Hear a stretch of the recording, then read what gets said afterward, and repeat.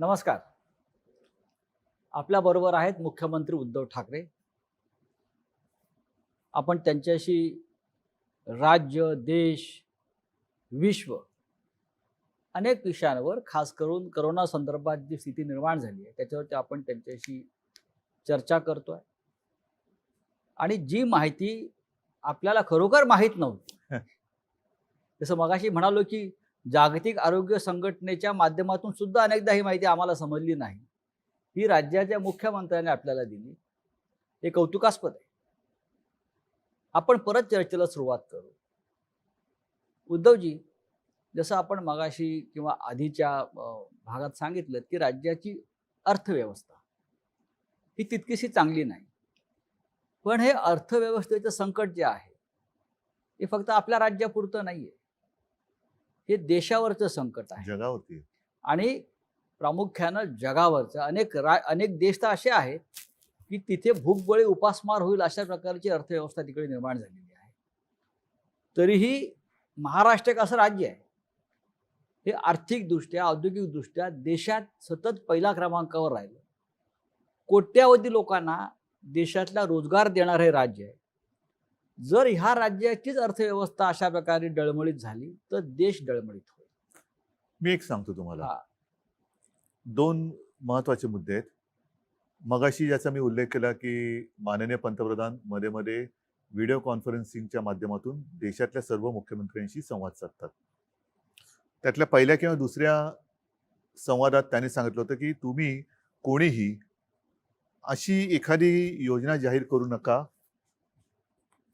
की जिच्यामुळे भविष्यात आपल्याला अडचण निर्माण होईल. बरं. सवंग लोकप्रियतेच्या अट्टहासापायी उगाच काहीतरी सूट हे दिलं ते दिलं असं जाहीर करू नका, कारण जशी तुमची परिस्थिती आहे तशीच आमची पण आहे, म्हणजे केंद्राची पण आहे. हे सत्यच आहे की जागतिक अडचण आहे. पण ह्या सर्व काळामध्ये मी जे तुम्हाला सांगितलं की आपण सर्व मिळून प्रयत्न तर करतो आहोत. गेल्या महिन्यामध्ये विविध म्हणजे जागतिक दर्जाच्या ज्या काही मोठ्या कंपन्या आहेत त्यांच्यासोबत आपण MOU जे काही सह्या केलेल्या आहेत त्याच्यात किमान 16,000 कोटीची गुंतवणूक ही महाराष्ट्रामध्ये येते. म्हणजे ह्या सगळं रिव्हर्स गिअर टाकलं गेलेलं आहे आणि त्या रिव्हर्स गिअरमध्ये ही गुंतवणूक आपल्याकडे येते. तर असं काही नाही की सगळं काही संपलेलं आहे किंवा सगळं काही संपणार आहे. हा काळ आहे, हा आणीबाणीचा आहे, अटीतटीचा आहे. तो काढणं आपल्याला फार गरजेचं आहे. त्याच्यात एकमेकांना सावरणं हे फार महत्वाचं आहे. उद्योगधंदे हे पुन्हा सुरू होणार आहेत आणि काही ठिकाणी तर आपण 50,000च्या आसपास तर राज्यामध्ये सुरू झालेले आहेत. विशेषतः आपण मुंबई आणि पुणा हा जो काही पट्टा आहे हा दाट लोकवस्तीचा असल्यामुळे इथे ह्याचा प्रादुर्भाव हा मोठा आहे. ह्याचं कारण लोकवस्ती आहे आणि लोकवस्ती आहे म्हणून प्रादुर्भाव आहे. इथे हा महत्वाचा औद्योगिक बेल्ट असल्यामुळे इथे थोडं आपण बंद किंवा लॉकडाऊन हा पाळतो आहोत. पण इतरत्र महाराष्ट्रात हा जेव्हा रेड, ऑरेंज आणि ग्रीन झोन अशी वर्गवारी होती त्यावेळेलाच आपण म्हणजे किमान मे महिन्याच्या मध्यावर किंवा शेवटाला असेल ऑरेंज म्हणजे तेव्हा काय होतं की एखाद्या जिल्ह्यात ठराविक भागातच केसेस आहेत, बाकी मोकळे आहे, तर आपण तिकडे त्यांना मुभा दिली. ग्रीन झोनमध्ये तर काहीच हरकत नाही, तिकडे उद्योगधंदे सुरू झालेले आहेत. आपण जशी आपली सरकारची कामं आहेत, रस्त्याची असतील, धरणाची असतील, कोस्टल रोडचं असेल, ग्रामीण भागात काय असेल, त्याच्यानंतर कापूस खरेदी असेल, दूध सुद्धा असेल, दुधासाठी सुद्धा आपण दूध खरेदी 31 तारखेपर्यंत करतो आहोत. मक्याची आहे, सगळ्याची आहे. ज्यांचं बियाणं बोगस निघालं त्यांना आपण नुकसान भरपाई मिळवून देतो आहोत. हे सगळं आपण करतोय. ह्याच्यात एक महत्वाचा मुद्दा असा म्हणजे आपण हातावर हात ठेवून गप्प नाही बसलेलो. साधारणतः 16,000 कोटीचे MOUs हे आपल्या राज्यांनी सह्या केलेले आहेत आणि MOU म्हटल्यानंतर ही प्राथमिक अवस्था असते. त्याच्यानंतर पुढची बोलणी आता सुरू आहेत आणि त्याही पलीकडे जाऊन आणखीन काही हजार कोटीचे MOU म्हणजे नवीन गुंतवणूक, नवीन पूर्णपणे. MOU वरती किती विश्वास ठेवता तुम्ही?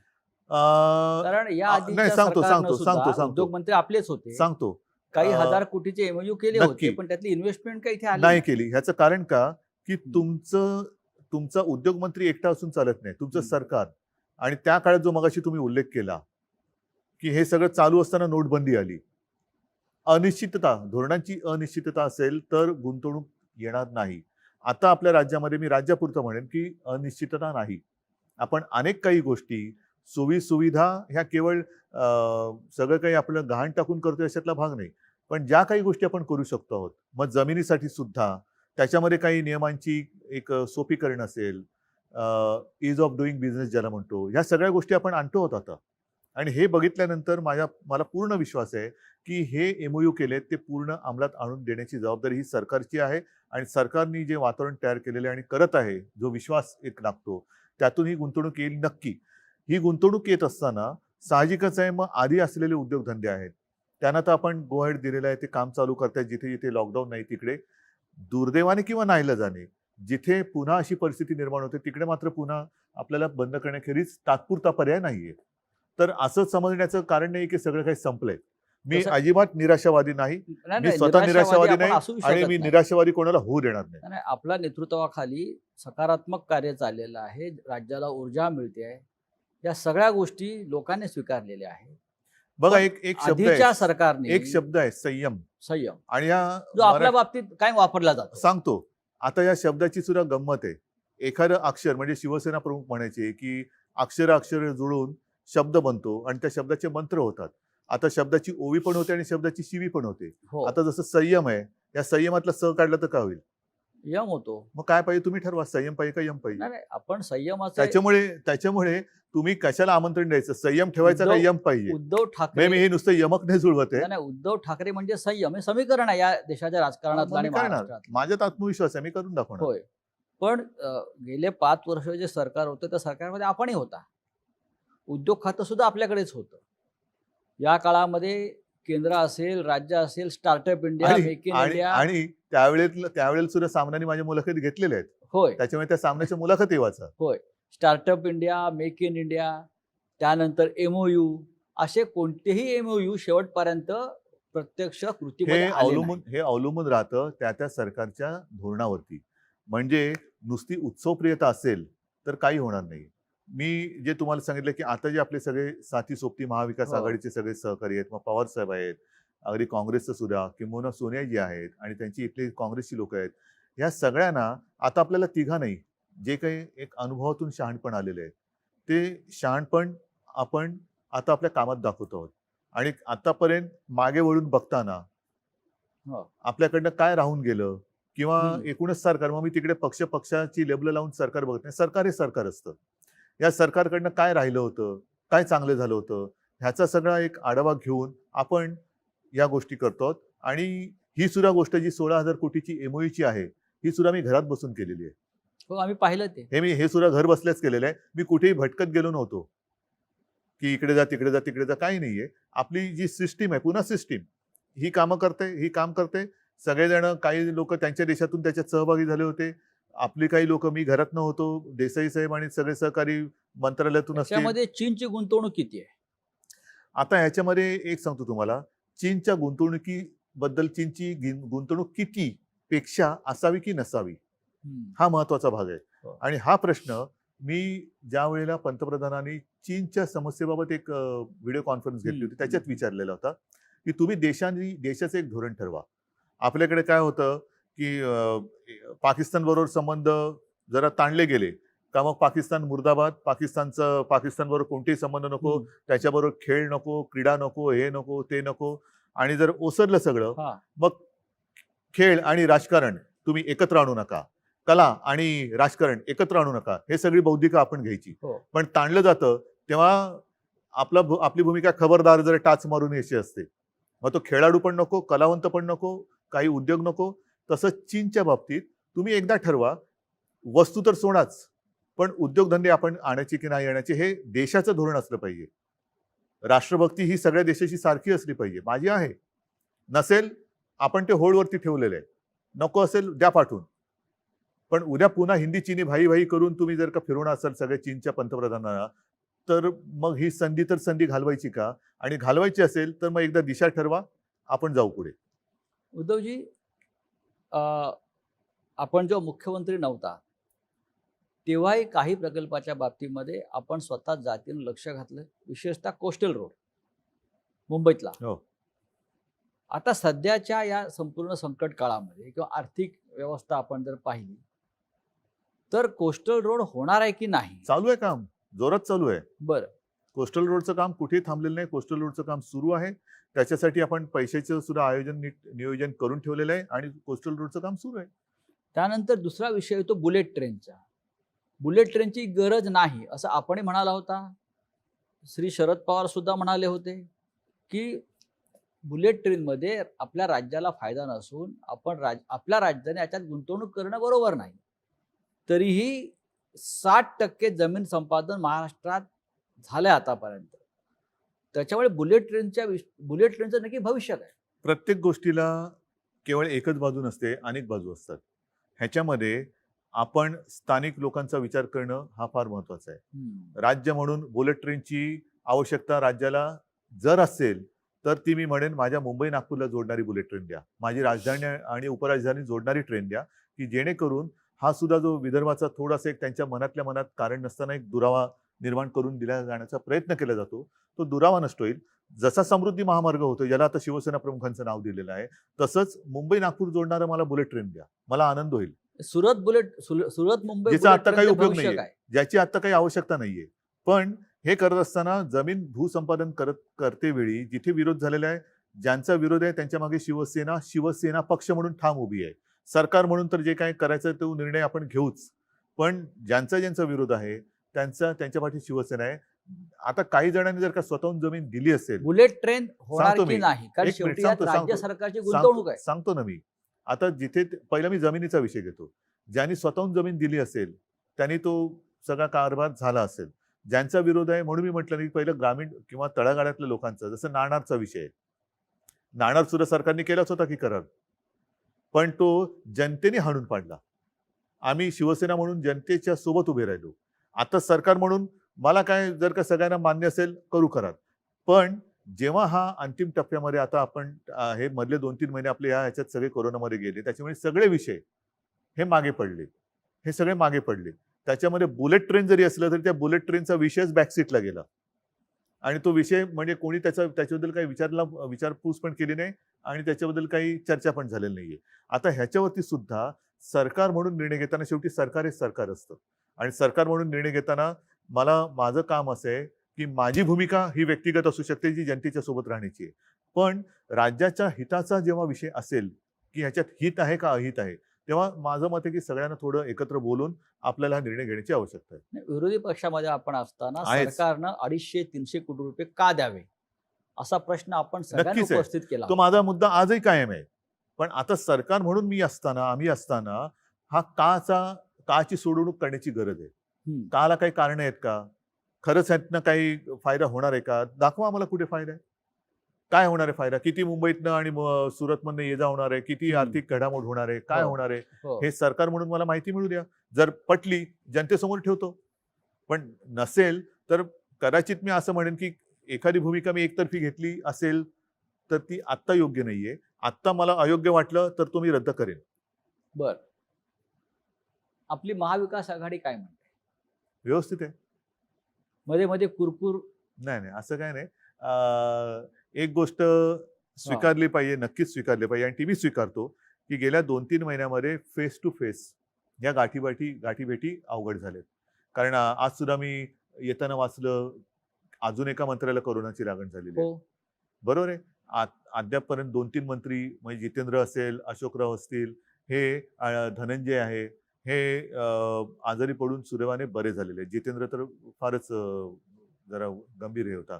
तर अशा ह्याच्यामध्ये ह्या भेटीगाठी थोड्याशा अवघड झालेल्या आहेत. त्याच्यामुळे फोनवरून गाठीभेटी होणं किंबहुना व्हिडिओच्या माध्यमातून होणं, ह्या थोड्याफार फरकाने सुरू असतात. पण जिथे ते आवश्यकता लागेल, आता म्हणून आपण कॅबिनेट सुद्धा जी करतो ती कॅबिनेट थोडी विस्तारलेली आहे. म्हणजे काही मंत्री हे त्यांच्या कार्यालयात किंवा तिकडे बसतात, जिथे असतील तिकडे. मी माझ्या इकडे बसतो, मंत्रालयात काही जण बसतात. अशी सगळी जरा पसरून ती कॅबिनेट घ्यावी लागते. कारण एका ठिकाणी पुन्हा मी तेच सांगेन की जनतेला आम्ही कायदे सांगायचे आणि स्वतःच नियम तोडायचे, हे बरोबर नाहीये. तर त्याच्यामुळे ह्या काही थोड्याशा गाठीभेटी. काही मंत्र्यांचा असा आक्षेप आहे आणि तो प्रसिद्धी माध्यमात सुद्धा आलेला आहे की मंत्रालयाचं सचिवालय झालंय मधल्या काळामध्ये.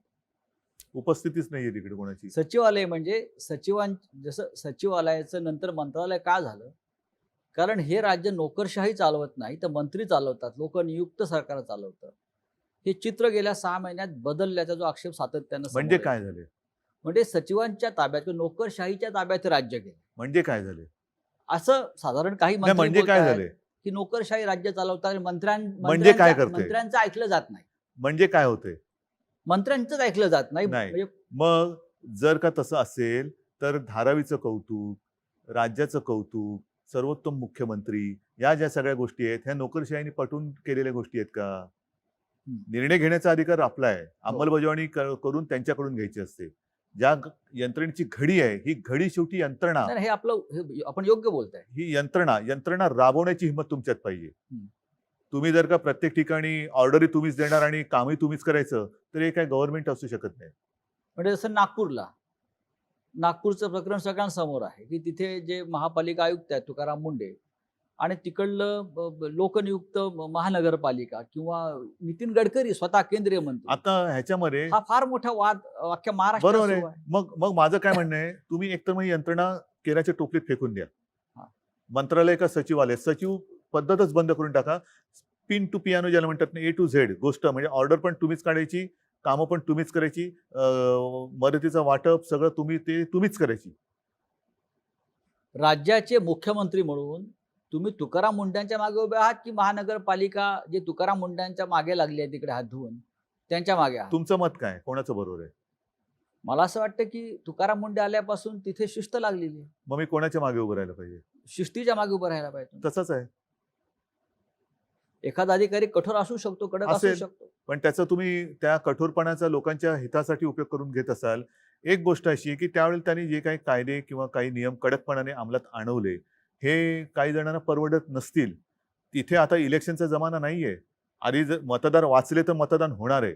आणि त्याच्यात जर का तुकाराम मुंडेंनी एखादी गोष्ट कडकपणाने अंमलात आणली, तर अशा अधिकाऱ्याच्या पाठी उभं राहायला पाहिजे. बरं. आतताईपणा कोणीच करू नये. पण जर का चांगली शिस्त लावली जात असेल आणि जनतेचं हित, शेवटी जनता सुद्धा आता उघड्या डोळ्याने बघत असते. तोंडावरती मास्क असेल, पण डोळे उघडे आहेत जनतेचे. हं. जनतेचे उघडे आहेत डोळे. म्हणून मी मागे सुद्धा म्हटलं होतं, की हा महाराष्ट्र आहे, धृतराष्ट्र त्याचं झालेलं नाही आणि होऊ शकत नाही. आघाडीचं सरकार चालवताना मर्यादा असतात. असं मनमोहन सिंग नेहमी म्हणायचे. अटल बिहारी वाजपेयी सुद्धा असंच म्हणत होते. अनेक पक्ष एकत्र असतात. प्रत्येकाची भूमिका वेगळ्या असतात.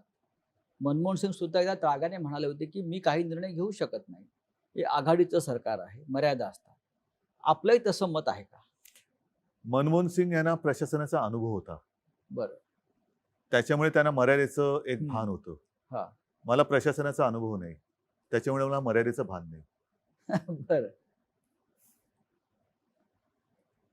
हे 3 चाकी सरकार आहे असं म्हणतात, रिक्षा. असं असं विरोधी पक्ष म्हणतात. पण ते गरीबाचं ना, बुलेट ट्रेन का हां. रिक्षा? मी हां. रिक्षा. गरीबाच्या मागे उभा राहील. ही 3 चाकी मग हे माझी भूमिका काही बदलत नाही. म्हणजे हां. कोणी याचा गैरसमज करू नये, की मुख्यमंत्री झाल्यावर मी बुलेट ट्रेनच्या मागे उभा राहील. नाही. बरं. मी एवढंच म्हटलेलं आहे, मुख्यमंत्री झाल्यानंतर मी सर्वांगीण जरा विचार करून जर माझं मत विरोधी पक्षात होतो आणि जेव्हा लोकांच्या सोबत आहे त्याच्यामुळे बुलेट ट्रेन नको हे आहेच. पण आता सुद्धा जर का ते सगळ्यांच्या मताने नको असेल तर ते मी नाही करणार. आणि बरं. म्हणून 3 चाकं तर 3 चाकं ती चालतात नाही एका दिशेने. शेवटी केंद्रामध्ये किती चाकं आहेत? हे 3 पक्षाचं सरकार आहे. केंद्रात हो. किती पक्षाचं सरकार आहे? अनेक पक्ष आहेत नाही, मी त्याच्यामध्ये. जेव्हा गेल्या वेळेला इंडियात गेलो होतो तेव्हा ते 30-35 चाकाची म्हणजे रेल्वे हो, गाडी हो. होती. आता आपलं एक चाक बाजूला गेलंय. आणि शिवाय केंद्रात काही ठिकाणी आणि इतर अपक्ष म्हणजे एक हे पण असते, स्टेपनी पण असते. हो, हो. ह्या 3 पक्षामधले जे प्रमुख पक्ष आहेत, शिवसेना आहेच, काँग्रेस आहे, राष्ट्रवादी आहे. काँग्रेसचा असा आक्षेप आहे, की मुख्यमंत्री राष्ट्रवादीला झुकतं माप देतात. म्हणजे काय करतात? नाही. तो त्यांचा एक प्रेमळ आक्षेप सुरुवातीला होता. तो गैरसमज मी मध्ये भेटल्यानंतर तो दूर झालेला आहे. आणि असं काय तो तीव्र त्याच्यात काही हे नव्हतं. बरं. काही शेवटी असे सगळेच जण निवडणुका लढवून निवडून येत असतात. हं. जनतेच्या काही अपेक्षा त्यांच्याकडनं असतात म्हणून तर जनता मतं देते. आणि त्या अपेक्षा जर आपण पूर्ण करू शकत नसू, असं जर कोणाला वाटत असेल, तर तो काय त्यांची ती काही चूक याच्यातला भाग नाहीये. त्या अशा अपेक्षा ह्या व्यक्त करणं हा काही गुन्हा नाहीये. तर मला असं वाटतं अशा काही गोष्टी आक्षेप मी म्हणत नाहीये. पण सुरुवातीच्या काळामध्ये थोडंफार असं त्यांच्या मनात असेलही. माझ्याशी ते असे काही अगदी ठामपणाने बोलले नाही की आम्हाला तुम्ही विचारतच नाही, अमुकच नाही. माझं पवार साहेबांशी पण चांगलं हे आहे. कधी कधी मी अगदी काही नियमाने नाही, पण सोनियाजींना पण मी फोन करत असतो. शरद पवारांचं किती मार्गदर्शन लाभतं? त्यांना अनुभव राज्य चालवण्याचा भरपूर आहे. त्यांच्याबरोबरच्या भेटी ह्या एक वेगळा अनुभव असतो. बरं. ते जेव्हा मला भेटतात तेव्हा असं काही नाही की ते असं काहीतरी काम किंवा काहीतरी असं घेऊन येतात, अजिबात नाही. कधीतरी त्यांचा फोन येतो, उद्या काय करताय? आणि बहुतेक वेळेला उद्या जर का सगळं व्यवस्थित जुळत असेल तर मी आणि त्यांची भेट ही होते. भेटीमध्ये मग त्यांचे काही ते जुने अनुभव सांगत असतात. लातूरला भूकंप झाला तेव्हा त्यांनी काय केलं होतं. चीनचा विषय निघाला तेव्हा ते चीनच्या दौऱ्यात त्यांचा अनुभव कसा, मग ते पंतप्रधानांसोबत त्यांच्या चीनच्या काय चर्चा झाली, मग अमुक एक कसं आहे, तमुक एक कसं आहे. म्हणजे जुन्या त्यांच्या अनुभवाच्या आठवणी ते सांगत असतात. शरद पवार हे या महाराष्ट्रातल्या किंवा देशातल्या शेतकऱ्यांचे एक महत्त्वाचे नेते आहेत. सहकार क्षेत्रामध्ये त्यांचं योगदान मोठं आहे.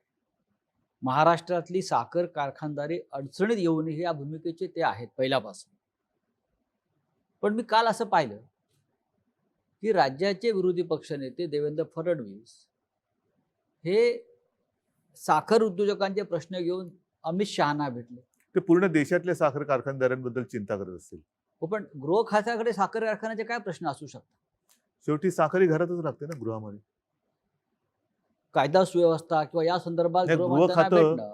गृह खातं म्हणजे त्यांना गृहमंत्री म्हणजे जरा जसं आदेश बांदेकर करतात कार्यक्रम, तसे गृहमंत्री वाटले असते. अच्छा, होम मिनिस्टर. होम मिनिस्टर म्हणून ते साखरेचा विषय गृहमंत्र्याकडे. कारण राज्यातल्या साखर उत्पादकांचा प्रश्न हा मुख्यमंत्र्यांच्या अखत्यारीत येत नाही का, असा माझ्या पुढे प्रश्न आहे. कल्पना नाही बाबा मला. पण दिल्लीत जाऊन त्यांनी एक घोषणा मात्र नक्की केली, ती म्हणजे हे सरकार पाडण्याचा आमचा इरादा नाही, हे त्यांनी महाराष्ट्र सदनामध्ये येऊन सांगितलं. हे किती दिलासादायक आहे तुम्हाला? माझं तर मी इथं बसलेलोच आहे. इरादा असेल नसेल, काही जण सांगतात की ऑगस्टमध्ये सप्टेंबरमध्ये सरकार पाडणार. माझं म्हणणं आत्ता पाडा. हा, माझी मुलाखत चालू असताना सरकार पाडा. मी काय फेविकॉल लावून बसलेलो नाहीये. पाडायचं तर पाडा, जरूर पाडा.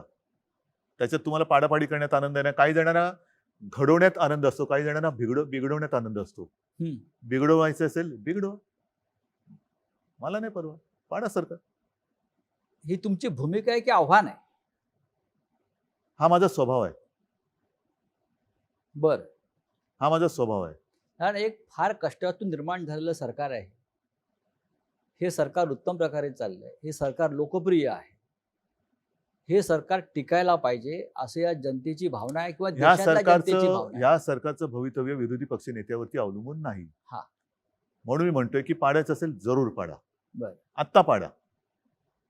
आता मध्य प्रदेश काँग्रेसचं सरकार पाडलं. राजस्थानमध्ये पाडण्याचा प्रयत्न झाला, पण यशस्वी तिकडे झाला नाही. कदाचित कोरोनाची स्थिती वाईट नसावी किंवा कोरोना साथ तिकडे पोचलेली नसावी. बरं. कारण इथल्या कोरोनाच्या परिस्थितीबद्दल गृहमंत्र्यांकडे किंवा दिल्लीत जाऊन विरोधी पक्ष नेत्यांनी तक्रार केली तर ही साथ जी जगात पसरली ती फक्त महाराष्ट्रामध्ये असेल, मध्य प्रदेशात नसेल, आता राजस्थानात नसेल. आता नंबर महाराष्ट्राचा असं ठामपणे म्हणतात. पाडा. दुसरा प्रश्न एक गंभीर या निमित्तानं आला. राजस्थानचं सरकार पाडण्याच्या हालचाली सुरू असताना काँग्रेसचे फुटणारे नेते, बंडखोर आणि भाजपचे काही नेते यांच्यामध्ये पैशाच्या देवाणघेवाणी संदर्भातल्या काही टेप समोर आल्या. फोन टॅपिंग हे बेकायदेशीर आहे.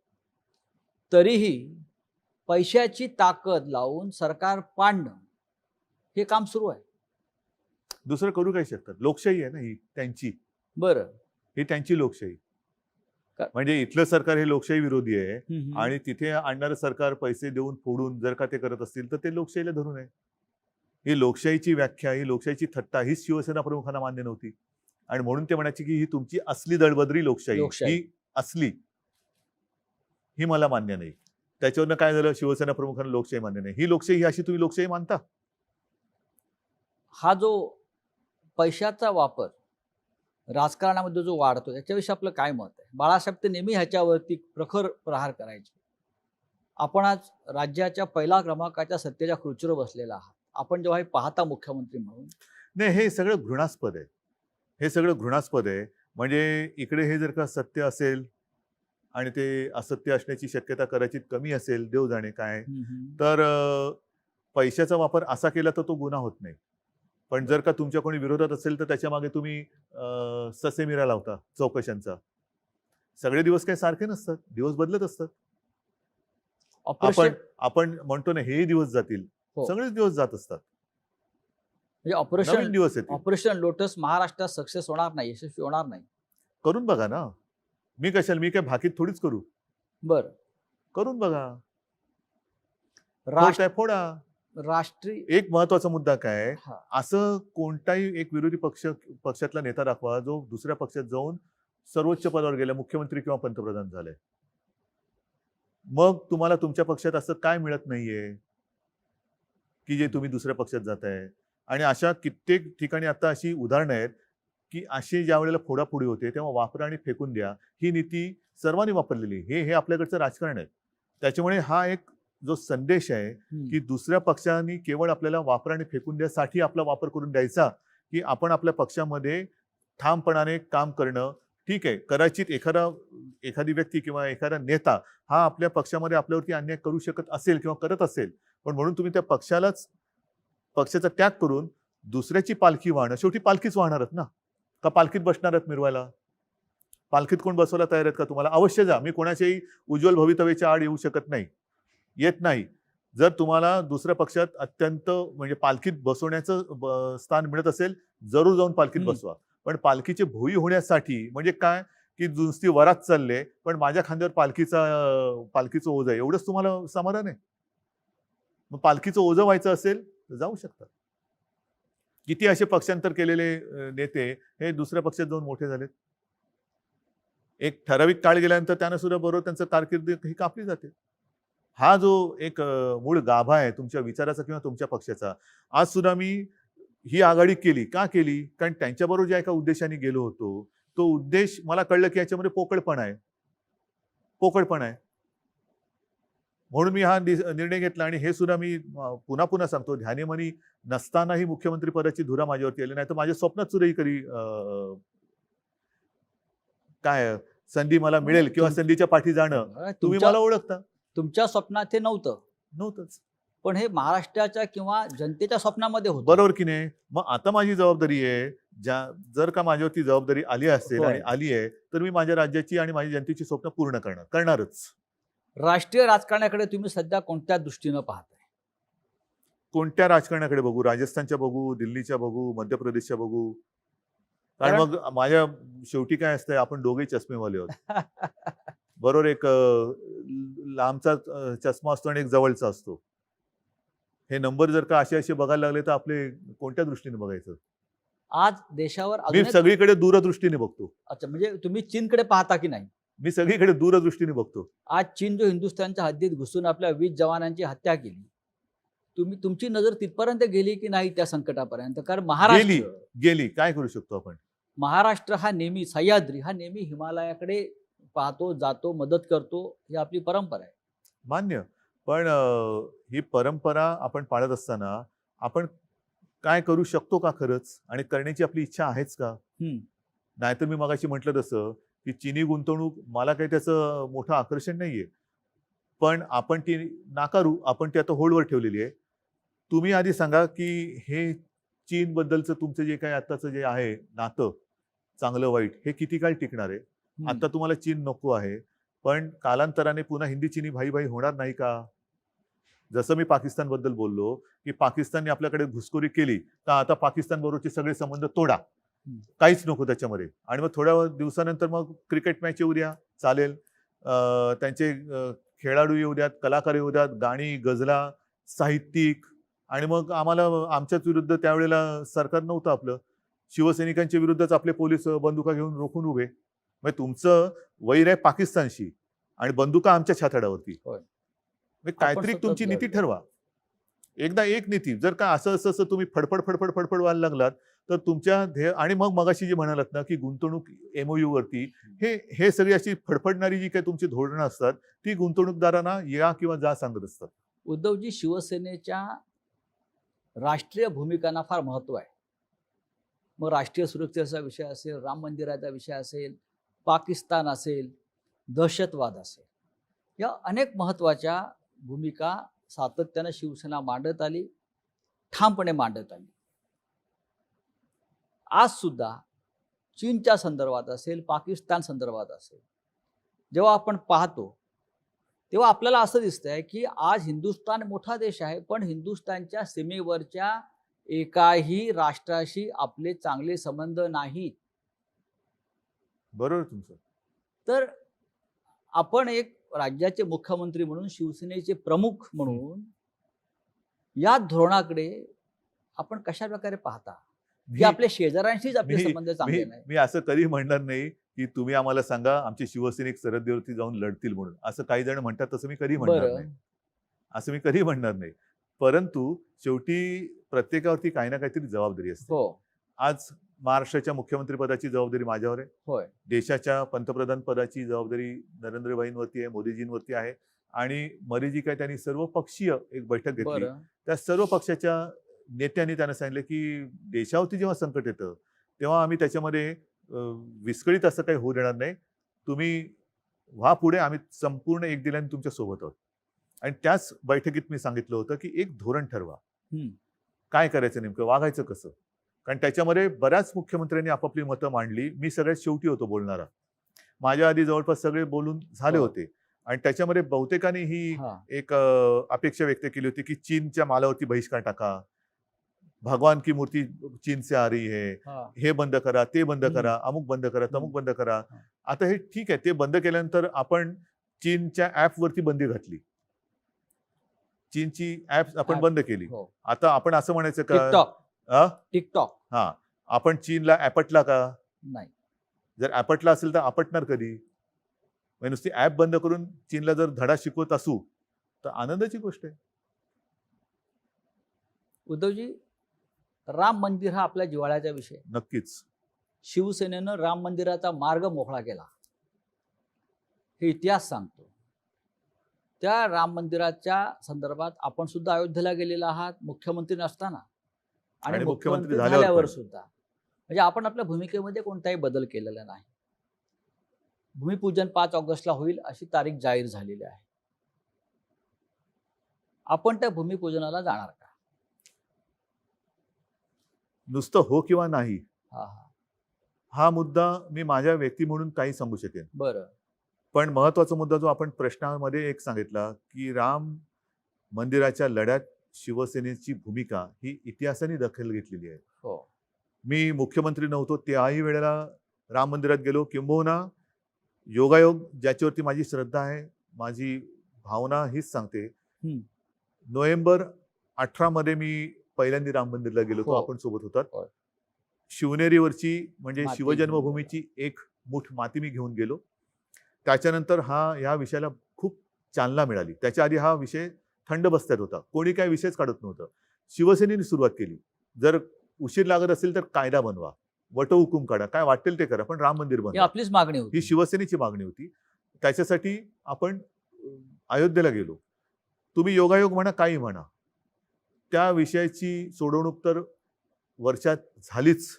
पण ज्या नोव्हेंबरमध्ये 18च्या नोव्हेंबरमध्ये मी तिकडे गेलो, त्याच्या पुढच्या नोव्हेंबरमध्ये तो प्रश्न पण सुटला आणि मी मुख्यमंत्री पण झालो. आपण ही माझी श्रद्धा आहे.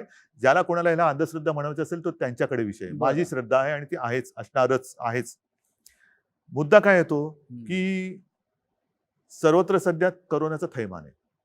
मी ठीक आहे, मी म्हणेन मी जाणारच, मला काही बिघडत नाही, मी मुख्यमंत्री आहे आणि नव्हतो तेव्हा सुद्धा मला तिथे मानपान सगळं मिळालं. ती शिवसेना प्रमुखांचा आणि माझा मुलगा म्हणून ती पुण्य माझ्याकडे आहेच.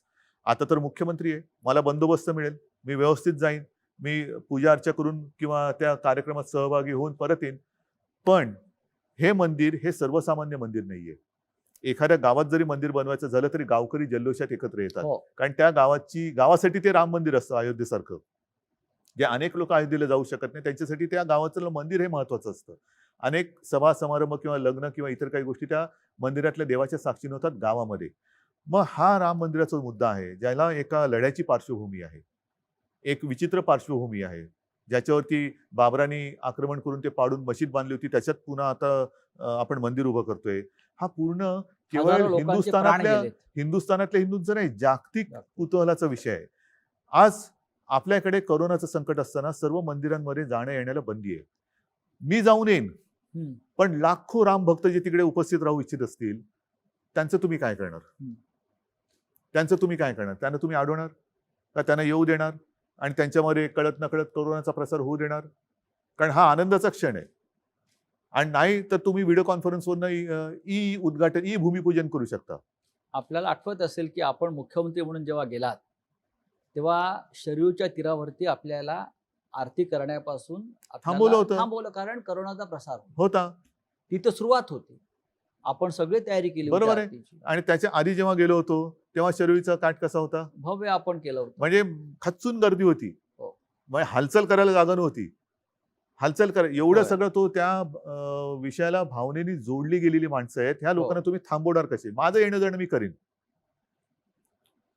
मी तर मुख्यमंत्री म्हटल्यानंतर जाऊन येईन. अजूनही अधिकृत काही तारीख आलेली नाहीये. अधिकृत तारीख आलेली नसली तरी अधिकृत कार्यक्रम कसा असेल कल्पना नाहीये. आल्यानंतर तो कार्यक्रम आल्यानंतर आपण ते ठरवू. पण बरं. लाखो लोकांची जी भावना आहे की तिकडे उपस्थित राहावं, त्यांना तुम्ही कसं अडवणार? कारण तिकडे तो शरयूचा काठच काठ. महत्वाचा आहे. ज्या वेळेला हे सगळं चाललं होतं तेव्हा शरयू सुद्धा लाल झाली होती शरयू लाल राम झाली. भक्ताच्या रक्ताने. होय. अशा लाखो लोकांच्या, करोडो लोकांच्या भावना त्याच्याशी निगडीत आहेत. आजही तुम्ही त्या विषयाशी भावनेनं बांधलेला आहेच. कारण मला स्वतःला मी 2 ते 3 वेळा अयोध्येला गेलो. होय. पण तुम्हाला मी मनापासून सांगतो, मी अंधश्रद्धाळू नाही. माझे आजोबा, माझे वडील, आजोबांची मतं ही मला चांगली माहिती आहेत. आजोबा माझे नास्तिक नव्हते. त्यांची देवीवरती श्रद्धा ही होतीच. पण ते त्याचबरोबरीने माझे वडील पण अंधश्रद्धाळू नव्हते. अंधश्रद्धा वेगळी आहे, नास्तिकपणा वेगळा आहे आणि आस्तिकपणा वेगळा आहे, श्रद्धा वेगळी आहे. श्रद्धा आणि अंधश्रद्धामध्ये एक पुसटची लाईन आहे, ती फार महत्वाची आहे. आणि त्या एका भावनेतनं मी सांगतो, मी ज्या वेळेला, मी आतापर्यंत मला वाटतं 3 वेळा आपण गेलो. आपण 3 वेळा गेलो. तिन्ही वेळेला मी जेव्हा त्या राम मंदिराच्या समोर, राम मंदिर आता ते रामाचं हे काय आपण बघितलं, आता भव्य दिव्य ते होईल. पण तो जो एक गाभारा आहे त्याच्या समोर उभं राहिल्यानंतर मला जो काही एक अनुभव आला, तो अनुभव मला आला. इतरांना आला असेलच, मी नाही म्हणत नाहीये. उद्धवजी, त्याच्यामुळे ह्याच्याबद्दल कोणी या विषयावरती माझ्याशी कोणी वाद घालू नये किंवा कोणी मला शिकवू नये. उद्धवजी, शिवसेना म्हणजे गर्दी. हा गेल्या 50-55 वर्षाचा अनुभव. शिवसेना प्रमुख म्हणजे गर्दीचा महासागर. आपण सुद्धा शिवसेना पक्षप्रमुख झाल्यावरती सतत गर्दीत राहिलात. शिवसेनेनं हाक मारली की हजारो लाखो लोक रस्त्यावरती उतरतात, लाखोंच्या सभा आपण करतो. पण या नवीन स्थितीमध्ये आपण गर्दीपासून लांब झालो किंवा गर्दी ओसरली. शिवसेनेचा कालचा वर्धापन दिन सुद्धा आपण गर्दीशिवाय केला. गर्दी होती, गर्दी होती. पण ती ई गर्दी. हे राजकारण कसं काय पुढे जाणार? नाही, अवघड आहे.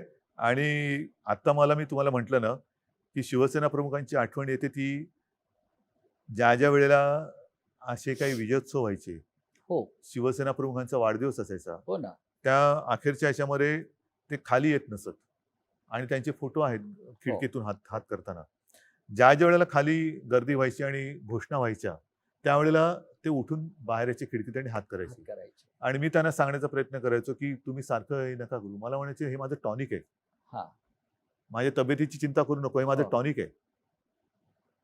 हे एवढं पण महत्व हे tonic शिवसैनिक आणि आमचं आहे. नाते आहे. तेच हे म्हणजे टॉनिक. आमच्या नात्याचं ते यथार्थ वर्णन आहे, शिवसैनिक आणि आमचं. आता ह्या टॉनिकचं काय करणार आपण? आता ते टॉनिक मिळवायचं तर आहेच. कोणत्याही परिस्थितीत मी टॉनिक नाही सोडणार. बरं, लॉकडाऊनच्या काळात आपल्या प्रधानमंत्र्यांनी एक मंत्र दिला आत्मनिर्भर होण्याचा. चांगला मंत्र आहे की आत्मनिर्भर व्हायला पाहिजे. तुम्ही याकडे कसा बघता? एक प्रश्न आहे राज्याचे मुख्यमंत्री म्हणून. तुमच्या कारकिर्दीमध्ये तुम्ही महाराष्ट्र आत्मनिर्भर कसा करणार? आता शब्दाचे अनेक पैलू आहेत, शब्दाचे अनेक अर्थ असतात, अर्थाचे अनर्थ असू शकतात. हा. मी आत्मनिर्भर म्हणजे एक हो. गोष्ट तुम्हाला सांगतो, की सरकार म्हणून मी सुरुवातीला सांगितलं होतं, की तुम्ही खबरदारी घ्या, मी जबाबदारी घेतो. बरं. ह्याच्यामध्येच हे आत्मनिर्भरता मी अशी बघतो. हं. तुम्ही खबरदारी म्हणजे काय? जे मी तुम्हाला सगळं आधी बौद्धिक दिलं, कोरोनासोबत कसं जगायचं, ती खबरदारी तुम्ही घ्या. आरोग्य सुविधा वाढवण्याची आणि उपचाराची जबाबदारी आम्ही घेऊ. बरं. बाकीच्या ज्या काही बिघडलेल्या रुळावरनं घसरलेल्या गाड्या असतील, आर्थिक असेल, काही असेल, त्या रुळावर आणण्याची जबाबदारी आम्ही घेतो. पण एकदा का माझी जनता ही खबरदारीने जगायला लागली आणि हा व्हायरस असताना सुद्धा आपण त्याला थोपवू शकलो, तर मी म्हणेन त्याला खबरदारी म्हणा, आत्मनिर्भरता म्हणा आणि त्या पलीकडे जाऊन असं काय होणार नाही की 7 असल्यानंतर कोण आजारीच पडणार नाही. कारण ही शेवटी एका फ्ल्यूचा हा प्रकार आहे. बरं. फ्ल्यू हा होत जात असतोच. आतापर्यंत या हा व्हायरस येण्याच्या आधी 6-7 प्रकार आपल्या देशात होतेच. त्यातला हा पुढचा एक प्रकार आलेला आहे. म्हणून त्याला तो 19 मध्ये आला म्हणजे कोविड-19 म्हणतात. 19. हा एका त्या फॅमिलीतला किंवा कॅटेगरीतला आणखीन थोडासा सुधारित दुर्दैवाने असं म्हणावं लागेल प्रकार आहे. तर तो असला तरी त्याचा मुकाबला किंवा त्याला तोंड देणं ह्याच्यासाठी सर्वसाधारण बाहेर हिंडताना फिरताना जगताना कसं जगायचं हे एकदा आपण अंगवळणी पाडणं, ह्याला मी आत्मनिर्भर म्हणेन, खबरदारी घ्या म्हणेन. आणि त्याच्यानंतर जर आवश्यकता लागली तर वेळेवरती जी काही औषधं आपल्याकडे उपलब्ध आहेत, कारण ह्याला अजून औषध नाही आलेलं, तर जीव वाचवण्याची जबाबदारी ही सरकारने घ्यायला पाहिजे. उद्धवजी, हे झालं सरकार, प्रशासन, शासकीय नेतृत्व. पण शेवटी आपले पंचप्राण शिवसेना आहे. अनेक वर्ष आपण शिवसेनेचं काम करतो. आपण नेते आहेत, प्रमुख मार्गदर्शक आहात. शिवसेना प्रमुखाने आपल्याला एक वाट आखून दिली, त्या वाटेवरनं आपण जात आहोत. सातत्यानं आपण असं म्हणत आलो की 100% शिवसेना. काही काळापर्यंत आपण 2 पक्षांबरोबर होतो, म्हणजे एकाच पक्षाबरोबर आपली युती होती, 2 पक्षाचे सरकार होतं. आज आपण 3 पक्षांबरोबर आहोत. पण मुख्यमंत्री होत. आपण मुख्यमंत्री आहोत आणि वेगळ्या वेगळ्या विचाराचे पक्ष आहेत. संपूर्ण महाराष्ट्र शिवसेना आपल्याला पसरवायची आहे, आत्मनिर्भर शिवसेना करायची आहे. हे आपलं स्वप्न कायम आहे का? आत्मनिर्भर शिवसेना असं म्हणतोय मी. विरोधी पक्षाचं काम तुम्ही करते की काय? हो, मी काय विरोधी पक्षात असतो असा आरोप आहे माझ्यावर. आता कुठे गाडी रुळावरती येते, रिक्षा आमची व्यवस्थित चालायला लागलेली आहे, कारण स्टेरिंग माझ्या हातात आहे, पाठी दोघं बसलेले आहेत. कारण आणि श्री नाही, शरद एक सांगतो तुम्हाला, सत्तेमध्ये एका पक्षाचं सरकार याच्यासारखं मोठं स्वप्न नाहीये. बरं. पण हे स्वप्न तुमचं व्यक्तिगत स्वप्न असेल तर त्याला काडीचाही उपयोग नाहीये, काडीची किंमत नाहीये. कारण त्या स्वप्नामध्ये जनतेची स्वप्न जोपर्यंत येत नाही तोपर्यंत एका हाती सरकार येत नाही. आणि ती स्वप्न सरकार आल्यानंतर पूर्ण होत नसेल तर जी काडीची किंमत ज्याला म्हणतो मी नाही, त्याला जनताच काडी लावल्याशिवाय राहणार नाही. आता हा जो काही एक वेगळा प्रयोग महाराष्ट्राने केलेला आहे, विचारांनी भिन्न असलेले 3 पक्ष हे एक विचित्र राजकीय परिस्थितीमध्ये एकत्र आलेले आहेत. आणि ह्याच्यामध्ये मी सांगितलं ना, केवळ आणि केवळ एक अपरिहार्यता किंवा जबाबदारी म्हणून मी ही खुर्ची स्वीकारली. हे मानाचं पान आहे, मानाचं पद आहे, खूप मोठं आहे. पण जे माझं स्वप्न कधी नव्हतं ते मी स्वीकारलेलं आहे. आता ते स्वीकारल्यानंतर आपण जो आता अर्थसंकल्प मांडला, हा पहिला अर्थसंकल्प मांडला काय आणि तेच अधिवेशन गुंडाळू लागलं काय. आता त्याच्यात ज्या काही गोष्टी आपण जाहीर केलेल्या आहेत त्या जनतेच्या हितासाठी आजपर्यंत कदाचित त्यातल्या गोष्टी अशाही आहेत की ज्या आजपर्यंत कोणी केल्या पण नाहीयेत आणि विचार पण केला नव्हता. तर ती एक माझी आता जबाबदारी ती पार पाडणं. हे करताना मी माझ्या कामाची सुरुवात तर केलेली होतीच आणि ती मी आजही करतोय. ती सुरुवात म्हणजे जे यांच्या भाषेमध्ये मी फिरायला सुरुवात केली होती. बरं. मी फिरत होतोच. विभागवार जी कामं त्यावेळेच्या कदाचित सरकारने केली नसतील, मी प्रत्येक विभागाची बैठक घेतली. याच्यात मला आजही माहिती आहे की मराठवाड्यातले काही जिल्हे बाकी राहिलेले आहेत. पण अन्यथा विदर्भ असेल, अर्धा मराठवाडा आहे, उत्तर महाराष्ट्र, पश्चिम महाराष्ट्र, कोकण, मुंबई, ही तिथे जाऊन मी माझ्या प्रशासनातल्या सहकाऱ्यांसोबत माझ्या विधिमंडळातल्या मग सर्व पक्षीय आमदारांची बैठक घेतली होती आणि त्यांची कामं आपण नोंदवून त्याच्याप्रमाणे काही ठिकाणी मी ऑर्डर्स पण दिलेले आहेत. तर ही सुरुवात मी केली होती कामाला. हे आल्यानंतर हे थांबलं. आता याच्यामध्ये मी जिथे जायचो तिकडे साहजिकच शिवसैनिकांना भेटायचो. काही कार्यक्रम शिवसैनिकांचे पण व्हायचे. ह्या सगळ्या गोष्टी ह्या गेल्या 2-3 महिन्यात थांबलेल्या आहेत. हा काळ एकदा सरला हम्म. की त्याची पुन्हा सुरुवात होईल. मी पक्षप्रमुख आहेच. मुख्यमंत्री पद जे शिवसेना प्रमुख सांगायचे की या गोष्टी येतात जातात. कायमस्वरूपी ते माझं पक्षाचं प्रमुख पद हे कायमस्वरूपी, त्याच्यात सुद्धा जसं शिवसेना प्रमुख म्हणायचे की शिवसैनिकांचा जोपर्यंत विश्वास आहे तोपर्यंत. त्याच्यामुळे ते मी कधीच सोडणार नाही आणि पक्ष वाढवण्याचा प्रयत्न मी करणारच आहे, जे उद्धवजी सगळेच करतात. उद्धवजी आपण जेव्हा पक्षाचं काम सुरू केलं,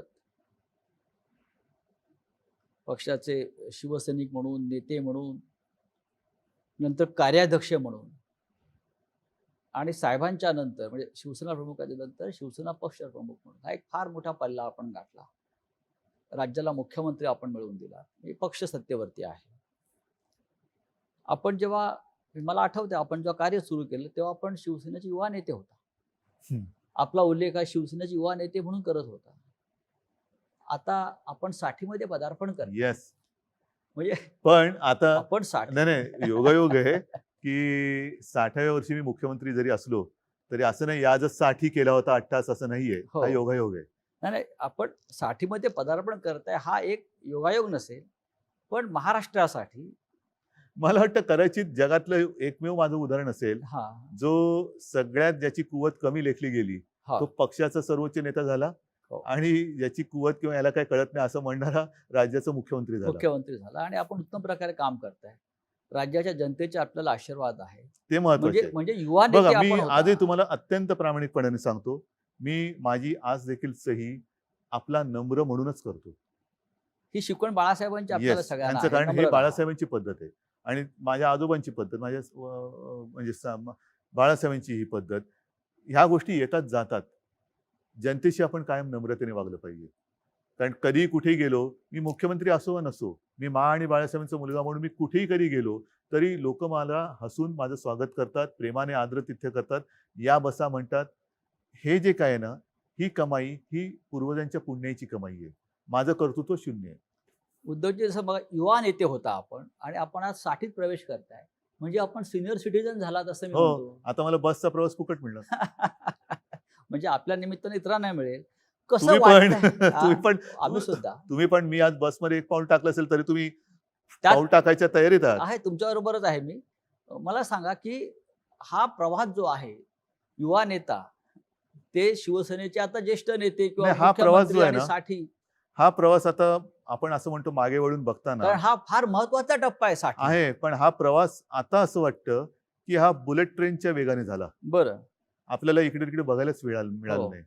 या सगळ्या काळामध्ये मी अत्यंत प्रामाणिकपणाने सांगतो, असं काही जण जे म्हणतात ते खरं आहे की माझं एक क्षेत्र नाही, माझं एक खरंच क्षेत्र नाही. मी मूळचा कलाकार. ते करताना केवळ आणि केवळ शिवसेना प्रमुखांना म्हणजे माझ्या वडिलांना एक काहीतरी सहकार्य व्हावं आपल्या परीने, काहीतरी खारीचा वाटा, त्या निमित्ताने मी सुरुवात केली. माझी सुरुवातीचं पहिलं पाऊल होतं ते सामना. कारण तेव्हा मी बघत होतो, हे सगळं सांगून झालंय, रिपीट करण्याची काही आवश्यकता नाहीये. पण शिवसेना प्रमुखानंतर वेळ उसंत नव्हती, कारण तेव्हा आत्तासारखी साधनं नव्हती, हेलिकॉप्टर नव्हती, विमानं नव्हती. कुठेही जायचं झालं तरी गाडीने प्रवास करावा लागत होता. त्याच्यात सुद्धा एअर कंडिशन गाडीत असणं ही फार मोठी लक्झरी होती. अनेक शिवसेनेचे नेते कार्यकर्ते हे तेव्हा देखील आणि आज सुद्धा काही अंशी मी बघतोय एसटीतनं फिरतात आणि तेव्हा फिरायचे. अगदी वामनराव महाडिक असतील, दत्ताजी असतील, त्यांच्यासोबतचे काही कार्यकर्ते जे आहेत त्यांचं कर्तृत्व फार मोठं आहे. त्यांनी त्यावेळेला ह्या सगळ्या खस्ता खात शिवसेना पसरवली, बीज पेरली, ती बीज रुजवली आणि त्याला आलेले जे काही अंकुर आहेत ते मी आज बघतोय. म्हणजे जसं कोकणामध्ये म्हणतात पूर्वी, आता त्याच्यात सुद्धा प्रकार आले की नारळाचं झाड आजोबांनी लावलं तर नातवाला फळ मिळतं. आज त्यांनी लावलेल्या झाडाची फळं ही आपण चाखतो आहोत. त्याच्यामुळे त्यांचं कर्तृत्व आणि त्यांचं योगदान हे फार मोठं आहे. माझं ह्याच्यामध्ये खरंच काही कर्तृत्व नाही. केवळ आणि केवळ मी ह्याच्यामध्ये मनापासून इन्व्हॉल्व्ह झालो. जसं तुम्ही मगाशी सांगितलं की करोनावरती डॉक्टरेट आहे की काय, नाही असं नाहीये. कोणती जबाबदारी स्वीकारली तर ती पूर्णपणाने प्राणपणाने पार पडायची. त्याची सामनाची असेल, मग एक संघटनेमध्ये ज्याला म्हणतो आपण शिस्त आणणं असेल किंवा एक यंत्रणा उभी करणं असेल, ह्यातनं मी हळूहळू हळूहळू पुढे करत करत करत, किंबहुना हाही माझा तुम्हाला अनुभव सांगितलेला आहे की सुरुवातीला मी भाषणच करत नव्हतो. हो. म्हणजे मला भाषण करता तेव्हाही माझं म्हणणं की येत नव्हतं, आताही माझं म्हणणं मला येत नाही. आणि आधी तर मला असं झालेलं की एका ठिकाणी तरी जोर जबरदस्तीने मला बोलवलं आणि तेव्हा मी ठरवलं की भाषण करायचंच, कारण लोकांना कळू दे मला काही येत नाही. मी भाषण आधी लिहिलं, पाठ करून गेलो, माईक समोर उभं राहिलं, मला भाषणच आठवेना. आणि तेव्हा मला जे सुचलं ते मी बोललो आणि त्याही भाषणाला टाळ्या मिळाल्या. आणि असंच माझं भाषण करत करत मी इथपर्यंत आलो. आज म्हणजे अनुभव एखाद्या गोष्टीचा तुम्हाला असायलाच पाहिजे असं नाहीये. तुम्हाला हृदयात आणि एक अंतःकरणात तळमळ पाहिजे. ती म्हणूनच तळमळ आपण महत्वाची आहे. म्हणून आपण जेव्हा मुख्यमंत्री झाला तेव्हा संपूर्ण महाराष्ट्रानं टाळ्या वाजवून स्वागत केलं येस. आपलं. कारण तळमळ पाहिजे. त्या तळमळीने मी काम करतो. आपण सगळ्यांनी महाराष्ट्राचे मुख्यमंत्री उद्धव ठाकरे यांच्याशी हा दिलखुलास संवाद आपण ऐकला. मुख्यमंत्र्यांनी अत्यंत मनमोकळेपणाने आपल्याशी चर्चा केली. मुळात ते मुख्यमंत्री बोलतात असं आपल्याला वाटत नव्हतं. ते आपल्या घरातलेच एक तसंच आहे मी. सदस्य आहेत, शेवटी कुटुंबातले शेवटी कोणीतरी मुख्यमंत्री म्हणजे मित्र काय? आहेत, त्याला काय मुलगा शिंग आहे, फुटतात. वडील आहेत, भाऊ असंच वाटत होतं आणि महाराष्ट्राला त्यांचं हेच रूप जास्त आवडतंय. उद्धवजी, आपण आलात, खूप मोकळेपणानं बोललात, चर्चा केलीत, याबद्दल धन्यवाद. जय महाराष्ट्र. धन्यवाद सगळ्यांना. जय हिंद, जय महाराष्ट्र.